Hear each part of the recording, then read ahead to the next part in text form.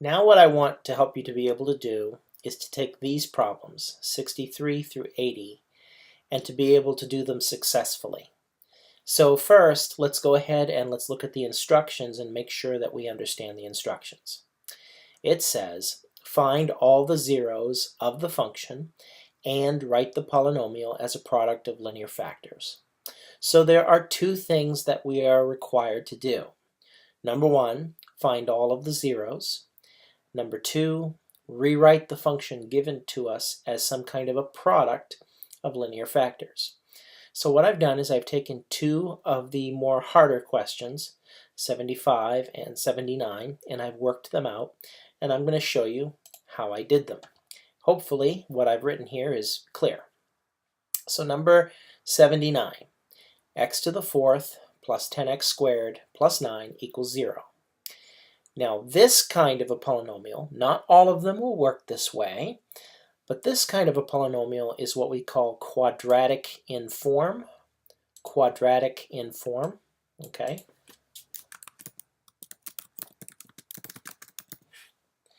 And you remember from good old algebra 1 and 2, you had ax squared plus bx plus c. Well, this is to the fourth power, this is to the second power, and this is to the 0th power, the x to the 0 here. So this is factorable, as is. This actually factors into x squared plus 1 times x squared plus 9.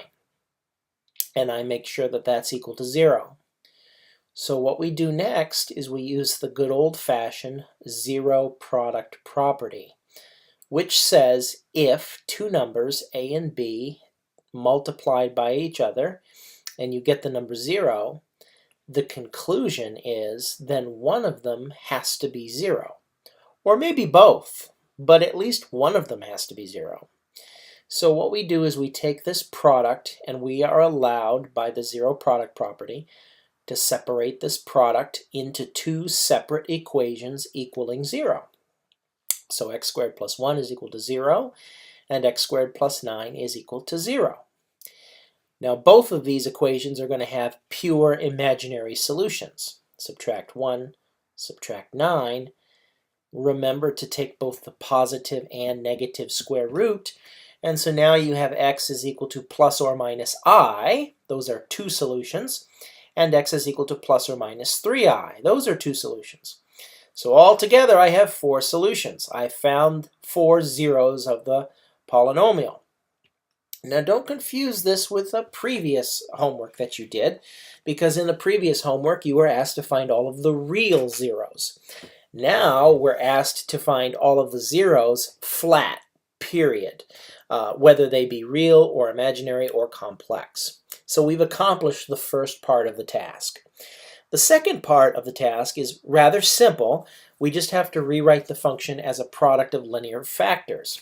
So we take each one, positive I, positive 3i, negative 3i, and we write out 4 sets of parentheses, and we make sure that we subtract each one. So remember, if I is a 0, then x minus I is a factor. So that would actually be this one, where I is the 0.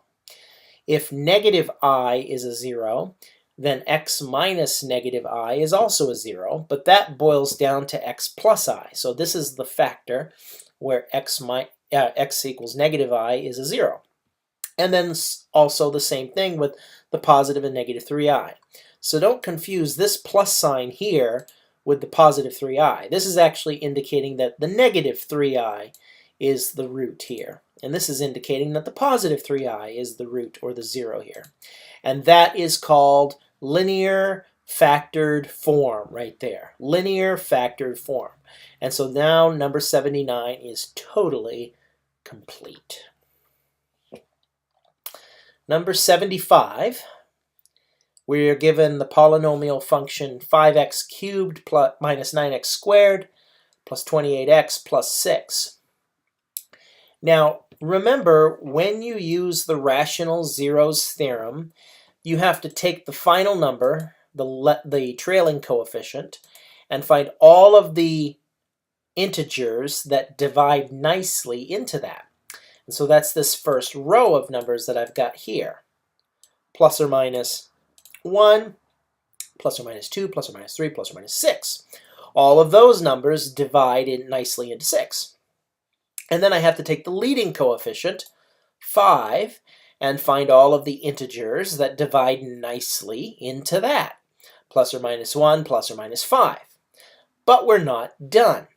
We now have to take all of the integers in the first row and divide them by all of the integers in the second row. And when we do that, we get the final list here. Plus or minus 1, plus or minus 2, plus or minus 3, plus or minus 6, plus or minus 1/5, plus or minus 2/5, plus or minus 3/5, plus or minus 6/5. And so there are 16 possible rational zeros to this polynomial. Now, again, the list seems long, but it's still better than just outright guessing, just plugging in any old thing and figuring out, well, does this work or not? The majority of the time it won't. Now you have to try an educated guess here. So what I do is I list out the coefficients, and I knew that 1 failed, and here's how I knew that 1 failed. If I put 1 in everywhere, then this is still 5 times 1, negative 9 times 1, 28 times 1. So really, do the coefficients here all add up to 0? And they won't. 5 minus 9 is negative 4. Negative 4 plus 28 is 24. And 24 plus 6 is 30. So I know that 1 fails right off the bat.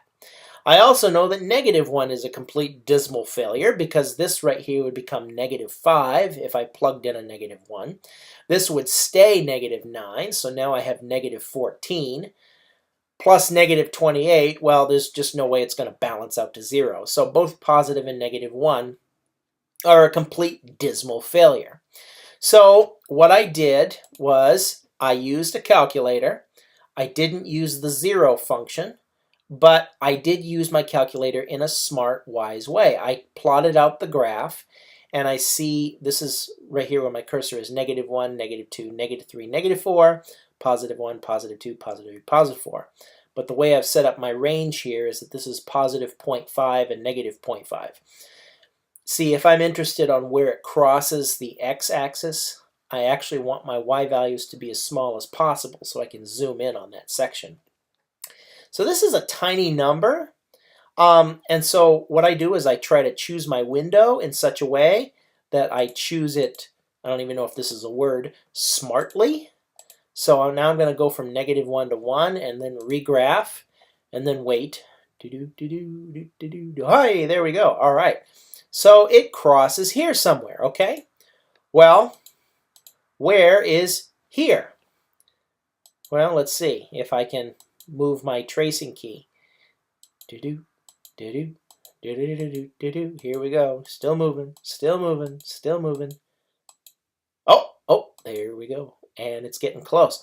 All right, so I can kind of see that this is close to negative 0.19, which is close to negative 0.2, which happens to be the same as negative 1/5.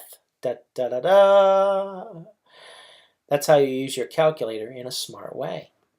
So put out the numbers, 5, negative 9, 28, 6. Put it here, and begin. Drop the 5. Negative 1/5 times 5 is negative 1. Add.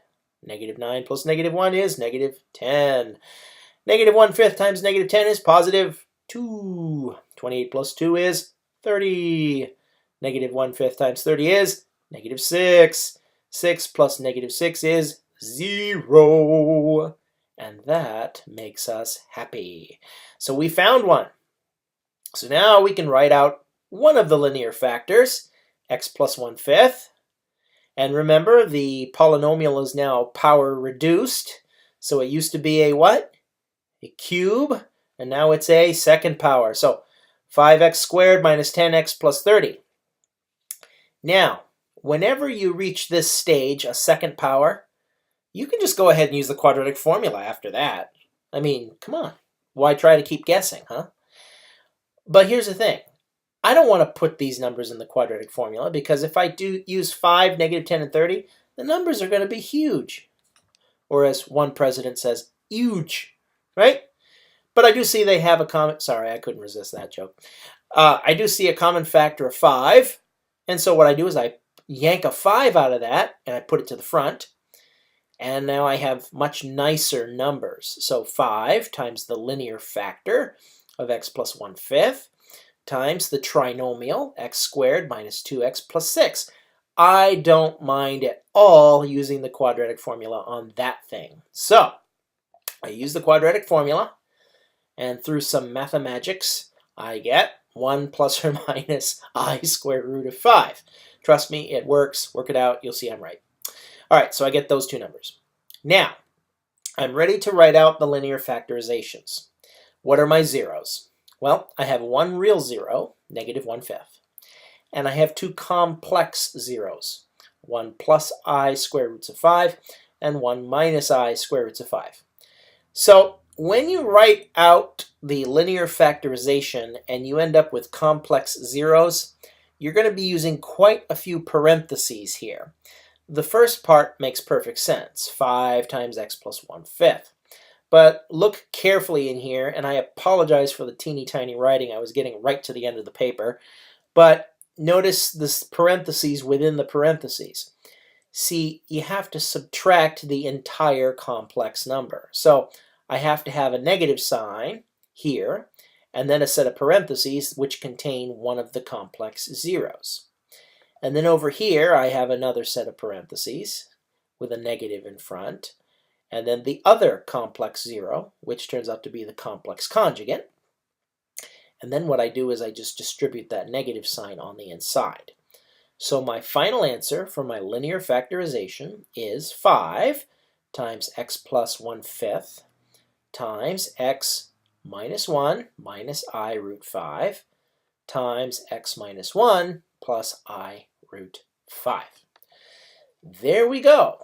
Hopefully that is enough to get you started on the homework tonight, which, back to the window. All right, you're going to do for me, I did 79 and I did 75. You are going to do the rest of those. So the homework is going to be 63 through 80, excluding the ones that I did. So you don't have to do 79, and you don't have to do 75. God bless you, wherever you are today.